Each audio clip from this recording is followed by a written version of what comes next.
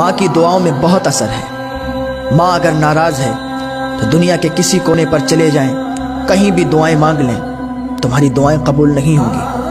ماں کو ناراض کر کے پیروں کی چوکھٹ پر جانے والے بھی سنیں، اور اپنی تمنائیں، اپنی مرادیں پوری کروانے والے بھی سنیں کہ اگر ماں ناراض ہے تو دنیا کی کوئی ایسی چوکھٹ نہیں ہے جہاں تمہاری دعا قبول ہو جائے۔ ارے ماں کی دعا میں تو اتنا اثر ہے کہ ماں کی دعا زنجیریں بھی توڑ دیتی ہے۔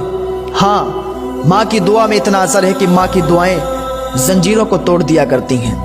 ایک بیٹا تھا، اس کی ماں ضعیف تھی، بوڑھی تھی، لیکن وہ اپنی ماں کا وفادار بیٹا تھا، اپنی ماں کی خدمت کرنے والا بیٹا تھا، ماں کی خدمت کیا کرتا تھا، ماں کی دعائیں لیا کرتا تھا۔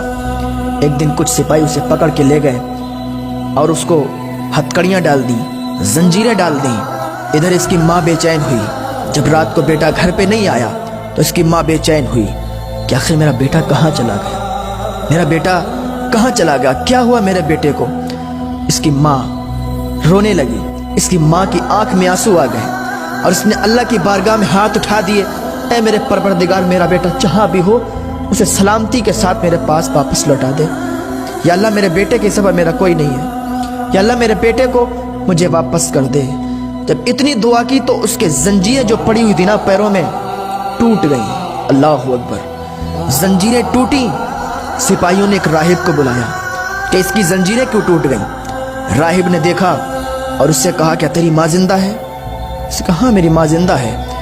راہب نے کہا سپاہیوں سے، 1,00,000 بھی زنجیریں نا اس کے پیر میں ڈال دو، اس کے پیر کی زنجیریں ایسے ہی ٹوٹتی رہیں گی۔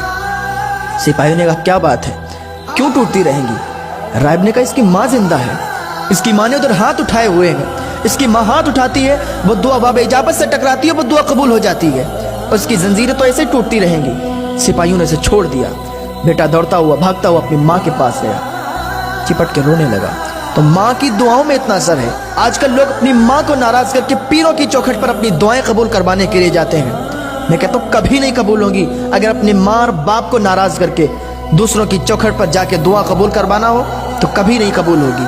اللہ کے واسطے اپنے ماں باپ کو راضی کریں۔ اگر آپ کے ماں باپ راضی ہیں تو آپ کو کہیں جانے کی ضرورت نہیں ہے۔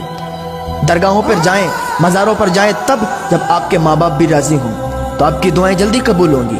اپنے ماں باپ کو راضی کر کے پھر کہیں بھی چلے جائیں، آپ کامیاب ہیں۔ اور اگر آپ کے ماں باپ ناراض ہیں تو پھر کہیں آپ کو کامیابی ملنے والی نہیں ہے۔ کامیابی تو آپ کے ماں باپ کے قدموں کے نیچے ہے۔ آپ کے ماں باپ ایک بار آپ کے لیے دعا کر دیں گے نا، آپ کی دعا